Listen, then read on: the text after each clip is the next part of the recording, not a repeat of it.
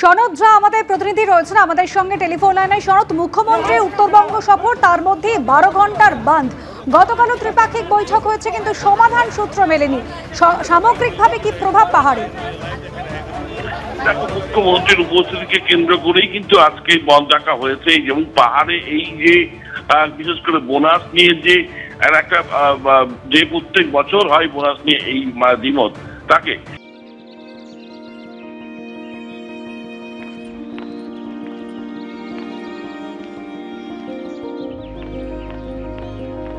এবং এবার একবার সমস্ত ইউনিয়ন এক রয়েছে এই ঘটনায়, এবং গত বছরও কিন্তু 20% ছিল।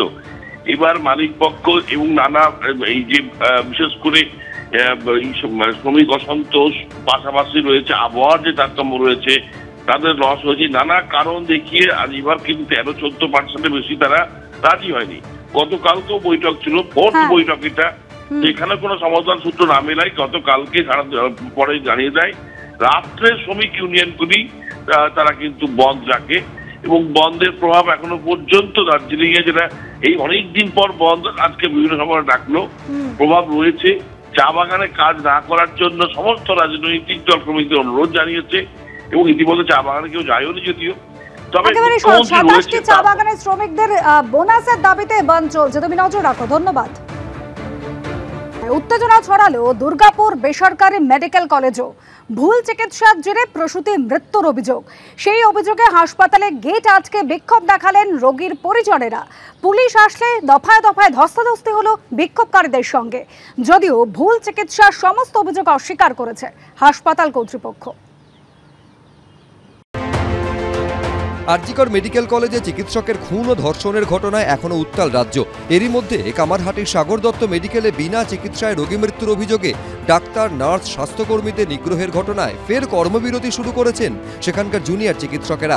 এই প্রেক্ষাপটেই দুর্গাপুরের বেসরকারি মেডিকেল কলেজ হাসপাতালে ভুল অস্ত্রোপচারে প্রসূতি মৃত্যুর অভিযোগ ঘিরে ধুন্ধুমার বাঁধল।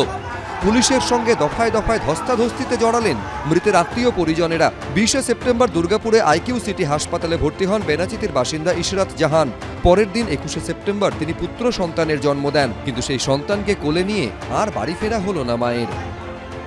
খালি আমরা দেখছি করে জানটা নিয়ে নিল আমার মেয়ে।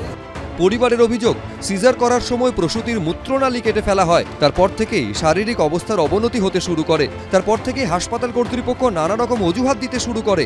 শনিবার মৃত্যু হয় বছর 28-এর ওই প্রসূতির। পেট ফুলে যাচ্ছিল, প্রেশার ডাউন হয়ে যাচ্ছিল। আমার ডাক্তার বললো আমরা আছি, দেখছি, আমার কোনো অসুবিধা নেই। ফোন করে বলে আপনার পেশেন্ট খুব সিরিয়াস অবস্থা। আমরা যখন আসি বলতে আপনার ইনফেকশন হয়ে গেছে, কিডনি লিভার ফেল হয়ে গেছে। ঝামেলা করার পর ভেন্টিলেটর দিয়েছে। আপনার ভুল হয়েছে বলে অতদিন ধরে ট্রিটমেন্ট করছিল, ওরা বিনা পয়সাতে ট্রিটমেন্ট করছিল। হাসপাতাল কর্তৃপক্ষের বিরুদ্ধে দুর্গাপুর থানায় অভিযোগ জানিয়েছেন মৃতের পরিবার। ডাক্তারের শাস্তি অবশ্যই চাইছি। যেই ডাক্তার সিজার করেছে সেই ডাক্তার তো নেই এখানে, সেই ডাক্তারকে ডাকা হোক। সেই ডাক্তার তো আসছে না। এটা নর্মাল সিজারের তো ক্যাথিটার হওয়ার কথা। সেই মানুষ ভালো পেশেন্ট হেঁটে এসে এখানে ডায়ালিসিস হচ্ছে। এদিকে চিকিৎসায় গাফিলতির অভিযোগ অস্বীকার করে দুর্গাপুরের আইকিউ সিটি হাসপাতাল প্রেস বিবৃতিতে দাবি করেছে প্রসূতির কিডনি ও অন্যান্য সমস্যা ছিল। পরপর 2 বার কার্ডিয়াক অ্যারেস্টে মৃত্যু হয়েছে তাঁর। মনোজ বন্দ্যোপাধ্যায়, এবিপি আনন্দ, পশ্চিম বর্ধমান।